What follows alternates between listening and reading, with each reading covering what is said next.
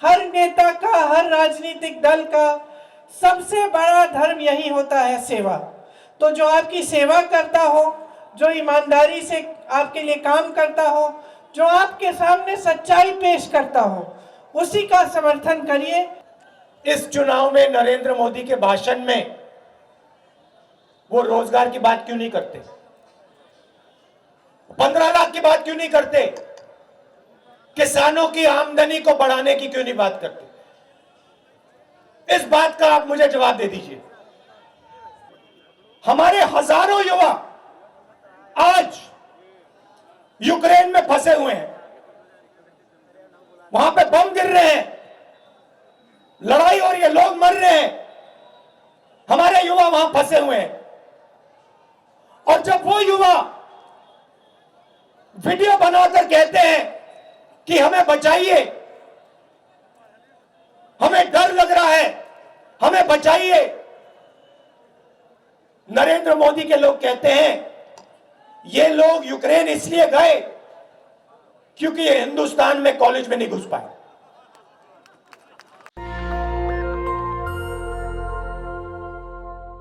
भाजपा द्वारा, दूसरी पार्टियों द्वारा उन सब बाधाओं को तोड़कर जिस तरह से यहाँ आप आज आए हैं, उनको तोड़ते हुए आप इनको भारी बहुमत से जिताइए, तो आपके क्षेत्र में विकास होगा।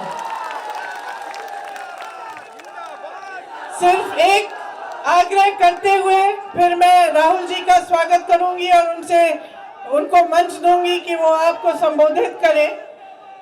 आपसे सिर्फ एक आग्रह है कि आप नेताओं को, राजनीतिक दलों को पहचाने, उनको पहचानिए, उनकी नीयत और उनकी नीतियों को पहचानिए। ये देखिए कि आपके लिए उन्होंने किया क्या और क्या करने जा रहे हैं, किस आधार पर आपका वोट मांगा जा रहा है, इसको अच्छी तरह से पहचानिए।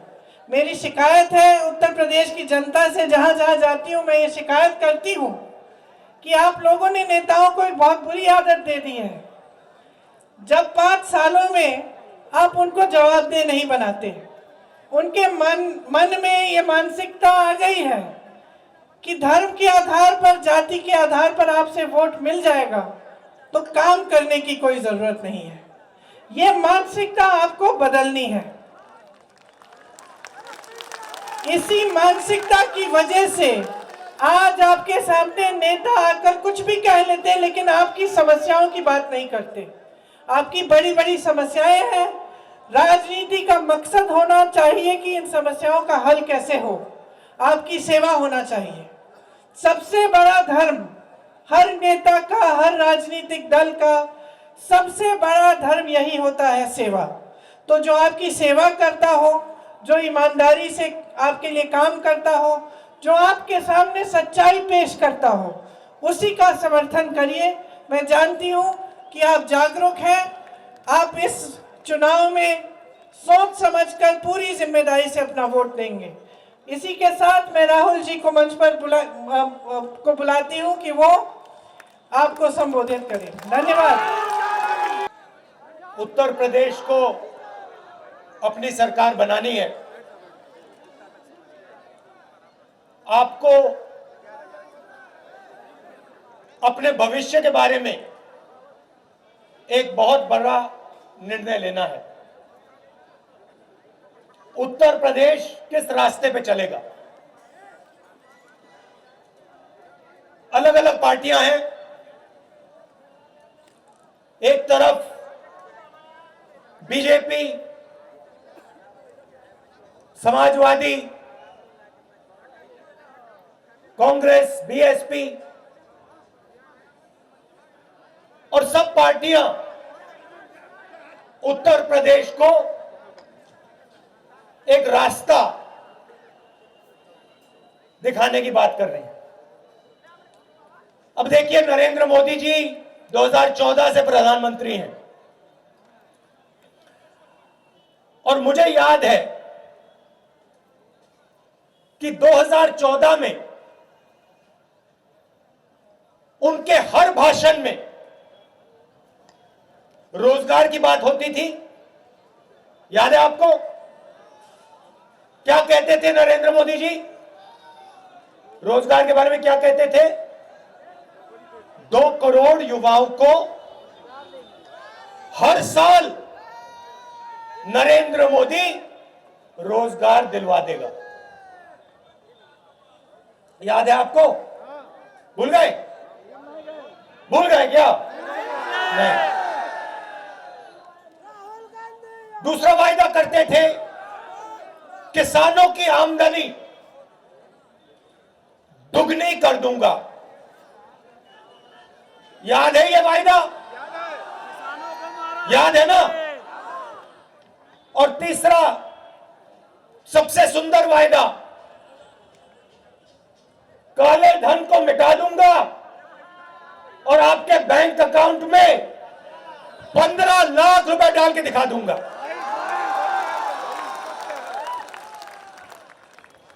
मैं आपसे सवाल पूछना चाहता हूं, इस चुनाव में नरेंद्र मोदी के भाषण में वो रोजगार की बात क्यों नहीं करते? 15 लाख की बात क्यों नहीं करते? किसानों की आमदनी को बढ़ाने की क्यों नहीं बात करते? इस बात का आप मुझे जवाब दे दीजिए। क्या कारण है कि 5 साल पहले हर भाषण में मैं रोजगार दिलवा दूंगा, 15 लाख रुपए दिलवा दूंगा, आमदनी दुगनी कर दूंगा, और इस भाषण में ना रोजगार, ना किसानों की बात होती है, ना 15 लाख, ना काले धन, कुछ नहीं। कौन सा था? हवाई चप्पल वाला।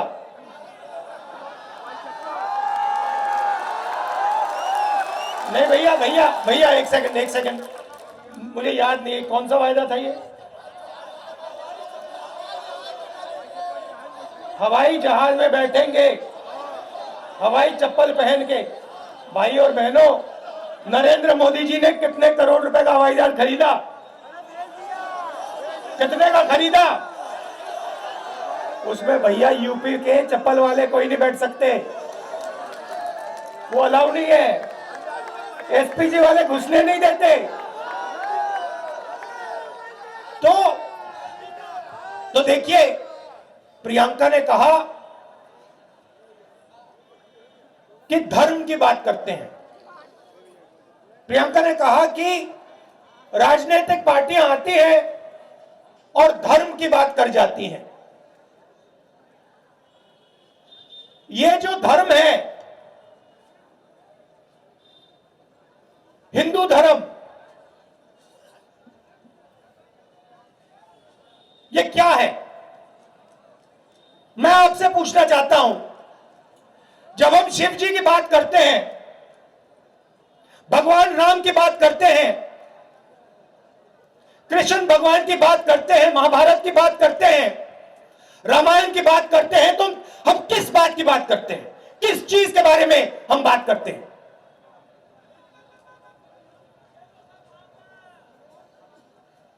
शांत हो गए आप?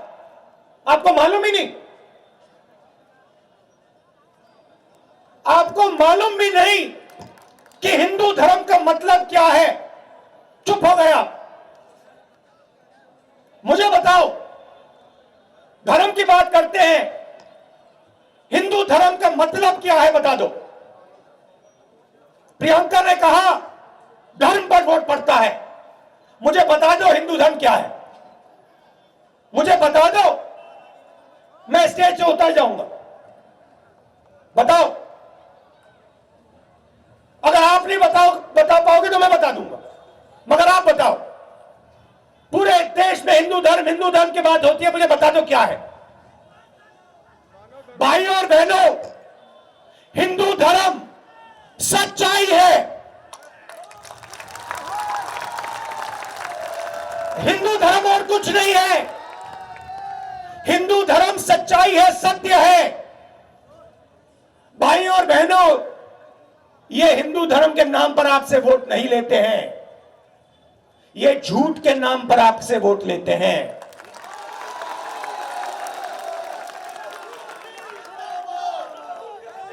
हमारे धर्म में कहीं नहीं लिखा, हमारे धर्म में कहीं नहीं लिखा कि देश की जनता के सामने जाओ, सामने जाओ और लाखों करोड़ों लोगों को झूठ बोलो। धर्म में कहीं नहीं लिखा, मैंने नहीं पढ़ा। मैंने महाभारत पढ़ी है, मगर मैंने यह नहीं सुना, रामायण पढ़ी है, मगर मैंने यह नहीं सुना कि काशी में आकर, शिव जी की जमीन पर आकर झूठ बोलो। मैंने कहीं नहीं पढ़ा। पता नहीं, शायद आपने पढ़ा होगा, आपने पढ़ा होगा। शायद मैं अपने धर्म को नहीं समझा, शायद आप लोग समझ गए, शायद मैं नहीं समझा। मगर मैंने, हिंदू धर्म छोड़ो, मैंने किसी भी धर्म में यह नहीं सुना कि झूठ बोलो। मैंने कभी नहीं सुना। तो मैं अपनी बहन को कहना चाहता हूं, यहां पे धर्म पर वोट नहीं लिया जा रहा है, यहां पर झूठ पर वोट लिया जा रहा है।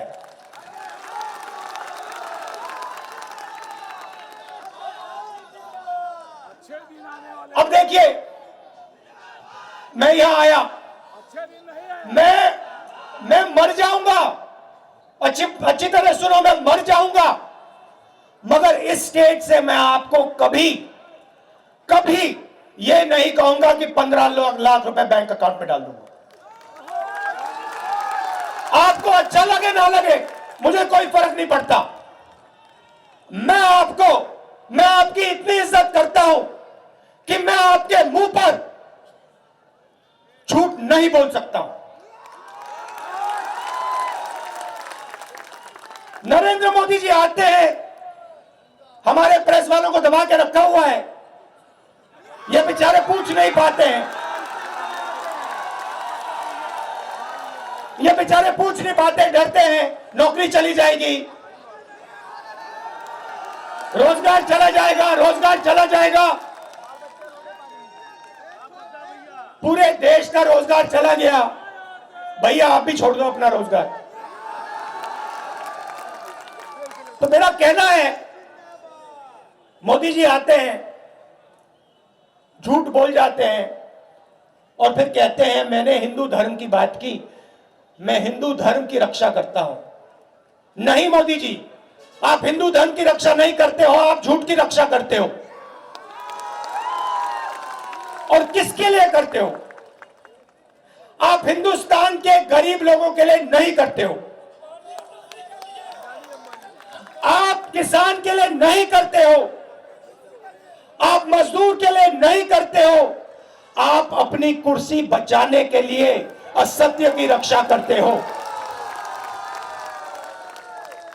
मैंने भी वायदे किए, छत्तीसगढ़ के चीफ मिनिस्टर बैठे हैं, मैंने वायदा किया छत्तीसगढ़ में, उन्होंने भी किया। हमने कहा छत्तीसगढ़ में कांग्रेस पार्टी की सरकार आएगी, बाकी सब हम नहीं जानते, धान 2500 रुपए में मिलेगा, किसानों का कर्जा माफ हो जाएगा। 2 चीजें हमने कही। और आप जाइए छत्तीसगढ़ में, चले जाइए, वहां किसी भी किसान से पूछ लीजिए धान कितने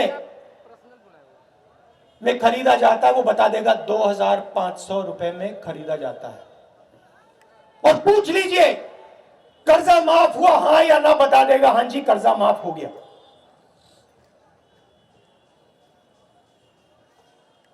आप देखिए किस प्रकार का ड्रामा चलता है। यूक्रेन में युद्ध हुआ, हिंदुस्तान के हजारों युवा यूक्रेन में यूनिवर्सिटी में पढ़ते थे, वहां युद्ध शुरू होता है, हमारे हजारों युवा आज यूक्रेन में फंसे हुए हैं, वहां पे बम गिर रहे हैं, लड़ाई हो रही है, लोग मर रहे हैं, हमारे युवा वहां फंसे हुए हैं। और जब वो युवा वीडियो बनाकर कहते हैं कि हमें बचाइए, हमें डर लग रहा है, हमें बचाइए। नरेंद्र मोदी के लोग कहते हैं ये लोग यूक्रेन इसलिए गए क्योंकि ये हिंदुस्तान में कॉलेज में नहीं घुस पाए।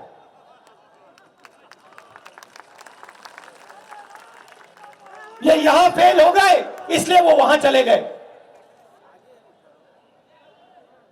क्या ये हिंदुस्तान के युवा नहीं है? क्या ये हमारे नहीं है? क्या आपकी जिम्मेदारी नहीं बनती? इनकी रक्षा करने की जिम्मेदारी, इनको वापस लाने की जिम्मेदारी आपकी नहीं है क्या? तो कोई ना कोई बहाना ये लोग बना देते हैं, कोई ना कोई बहाना बना देंगे। कोरोना का समय आया, एक ही दुनिया में एक ही प्रधानमंत्री ने अपने जनता से कहा, भाइयों और बहनों, वायरस आया है, थाली बजा दो, थाली बजा दो, ताली बजा दो, वायरस भाग जाएगा। क्या ये सच बोला? ये सच्चाई थी क्या? मैंने बोला, पार्लियामेंट में बोला, लाखों लोग मरेंगे, तैयारी कीजिए, ऑक्सीजन सिलेंडर, वेंटिलेटर, इन चीजों को तैयार करिए, अस्पतालों को तैयार करिए। बीजेपी के लोग कहते हैं राहुल डरा रहा है। और फिर लाशें तो आपने देखी ना, गंगा में लाशें तो आपने देखी ना, अजय राय जी दिखे ना, भाजपा के लोग दिखे आपको? पहले कहते हैं थाली बजाओ, उसके बाद कहते हैं भाइयों बहनों थाली से काम नहीं हुआ, मोबाइल फोन की लाइट जला दो। तो आप सच्चाई जानते हो। यहां प्रियंका जी, अजय राय जी, कांग्रेस पार्टी लड़ रही है और इन्होंने आपसे 2-3 बातें कही हैं। सबसे पहले जो छत्तीसगढ़ में किया, 2500 रुपए धान का रेट वो यहां करने जा रहे हैं।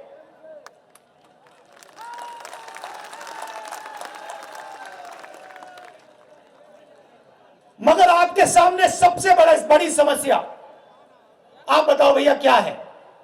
उत्तर प्रदेश के सामने सबसे बड़ी समस्या क्या है? देखो भैया, देखो इस साइड कह रहे हैं बेरोजगार, आप क्या कह रहे हो? बेरोजगारी, महंगाई, बेरोजगारी और महंगाई। अच्छा, अब आप और छुट्टा पशु। अब देखिए, एक बात मैं आपको सीधा बता देता हूं,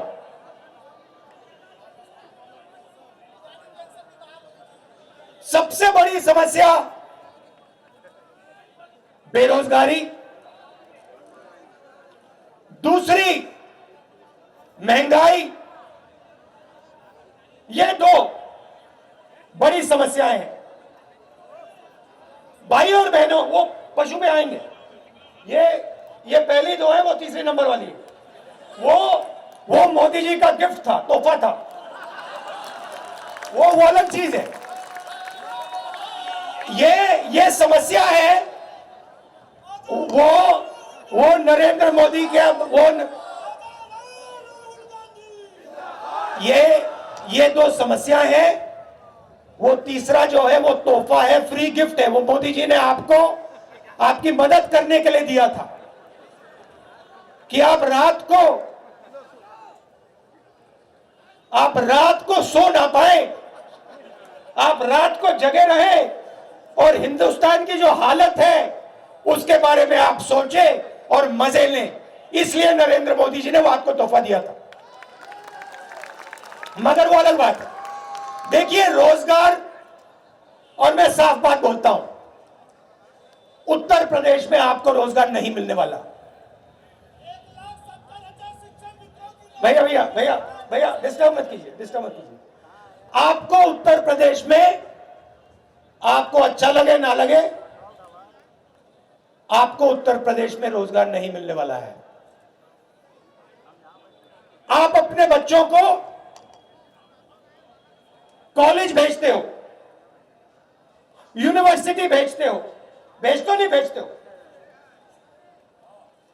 जब आप भेजते हो किसका पैसा लगता है? आपके बच्चे कहां कहां जाते हैं, कहां पढ़ते हैं, कौन से कॉन्वेंट में? कितना लगता है? कितना कितना कितना? देखो 1500 रुपए महीना का लगता है। यह पैसा आपकी जेब में से निकलता है। आप अपने बच्चों को शिक्षा क्यों देते हो? शिक्षा सिर्फ रोजगार के लिए आप देते हो। आप सोचते हो कि अगर हम बच्चे को शिक्षा दे देंगे तो उसके बल पर रोजगार मिल जाएगा।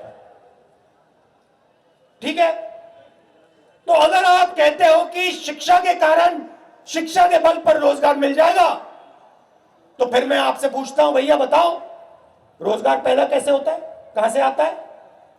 बताओ। चुप हो गए? चुप हो गए? कहां से आता है रोजगार? मैं आपको बताता हूं। हिंदुस्तान में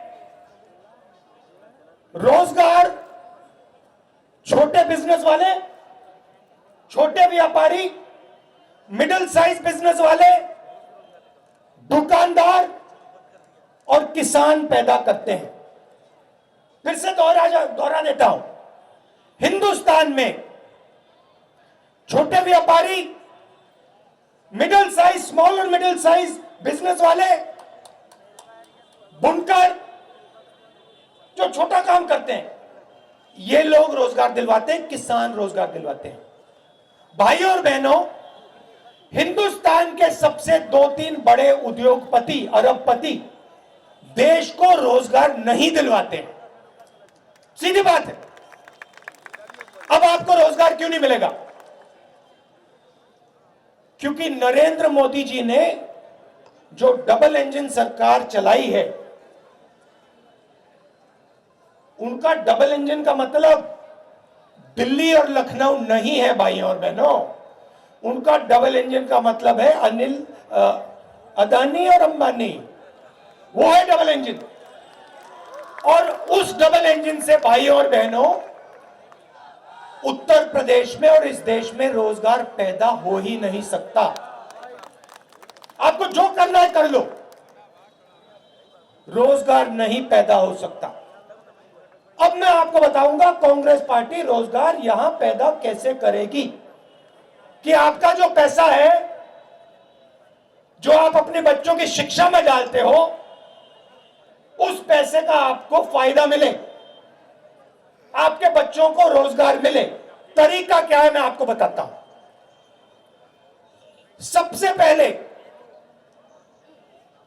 जो हमारे किसान हैं,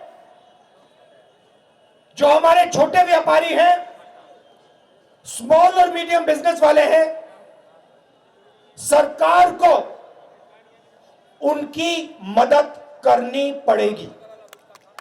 जब तक किसानों के जेब में पैसा नहीं जाएगा, वो नींव है, जब तक किसानों के जेब में पैसा नहीं जाएगा, यहां पे रोजगार पैदा नहीं हो सकता। पहली बात। दूसरी बात, उत्तर प्रदेश में हर डिस्ट्रिक्ट में आप कुछ ना कुछ बनाते हो। हर डिस्ट्रिक्ट में कोई ना कोई स्पेशलिटी है, खासियत है। लखनऊ में क्या है? आम, आम उगाया जाता है। इलाहाबाद में क्या होता है? अमरूद। काशी में क्या होता है? साड़ी, बनारसी साड़ी। मुरादाबाद में क्या होता है? पीतल। मिर्जापुर में क्या होता है? दरी। ये देखो, हर डिस्ट्रिक्ट में। आगरा में क्या? पेठा, हर डिस्ट्रिक्ट में आप आपकी कुछ ना कुछ खासियत है। मैं आपको बता रहा हूं, अगर इलाहाबाद में अमरूद के किसान के लिए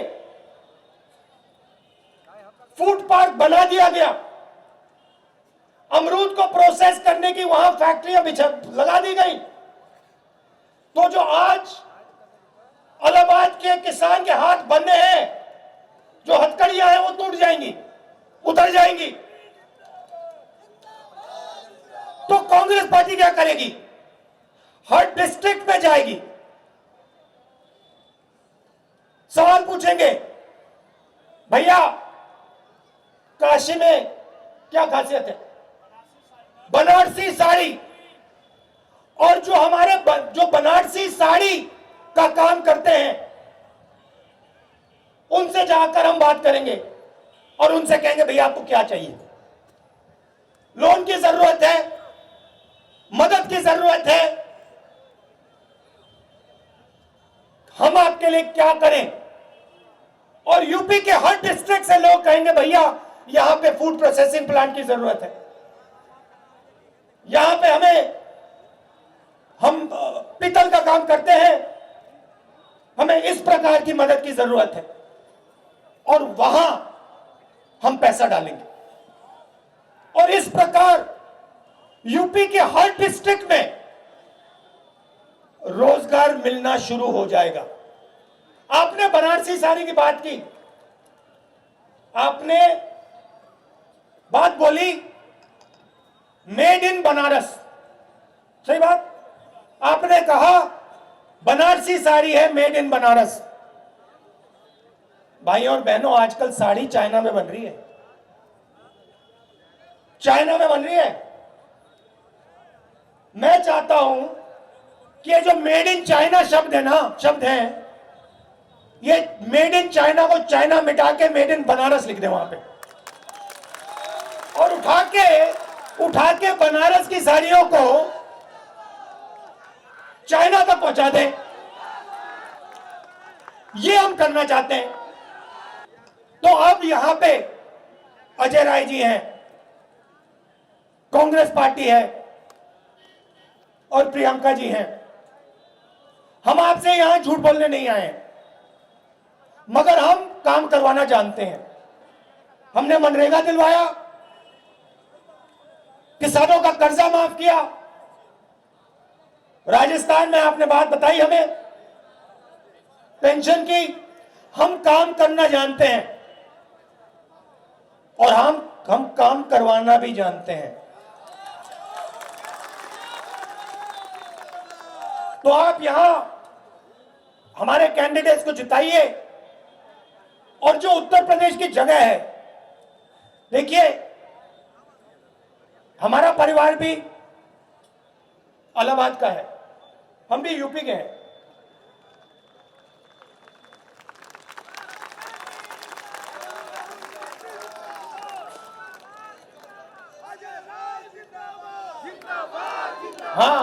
हाँ, मोदी जी कहते हैं विदेशी हैं, मोदी जी कहते हैं विदेशी हैं, मगर जवाहरलाल नेहरू ने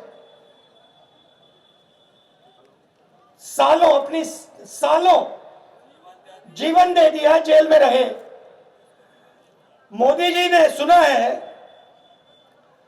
है मोदी जी ने मगरमच्छ से लड़ाई लड़ी थी, सुना है। मगर भैया मैंने जब उनको देखा, शायद यहां गंगा में जब वो घुसे थे, आपने देखा प्रधानमंत्री जी को, जो मैंने सुना बचपन में मगरमच्छ से जो लड़े थे उनसे तैरा नहीं जा रहा था, कभी यूं जाए कभी यूं जाए, पानी से गैस बना लेते हैं। तो आपके सामने, आपके पास आपका वोट है, ये आपका भविष्य है। हाँ, ये आपका भविष्य है, सोच समझ के दीजिए,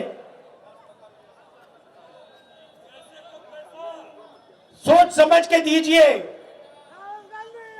उत्तर प्रदेश को एक बार फिर जहां आप हुआ करते थे, अंग्रेजों से लड़ाई हुई, कौन लड़ा?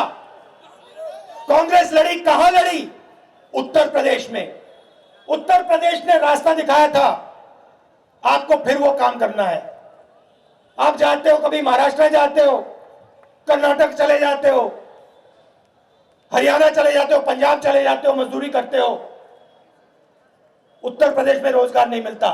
समय आ गया है, उत्तर प्रदेश को बनाने का समय आ गया है, उत्तर प्रदेश में रोजगार दिलवाने का समय आ गया है। टाइम जाया मत कीजिए, कांग्रेस पार्टी को वोट दीजिए। आप सबका दिल से बहुत बहुत धन्यवाद। नेशनल दस्तक की आपसे गुजारिश है कि अगर इसको बचाना चाहते हैं तो नेशनल दस्तक को सब्सक्राइब करने के लिए रेड कलर के सब्सक्राइब बटन को दबाएं, फिर बेल आइकन की घंटी दबाएं। नेशनल दस्तक को बचाने के लिए बहुत जरूरी है कि हर खबर को शेयर करें, लाइक करें, कमेंट जरूर करें।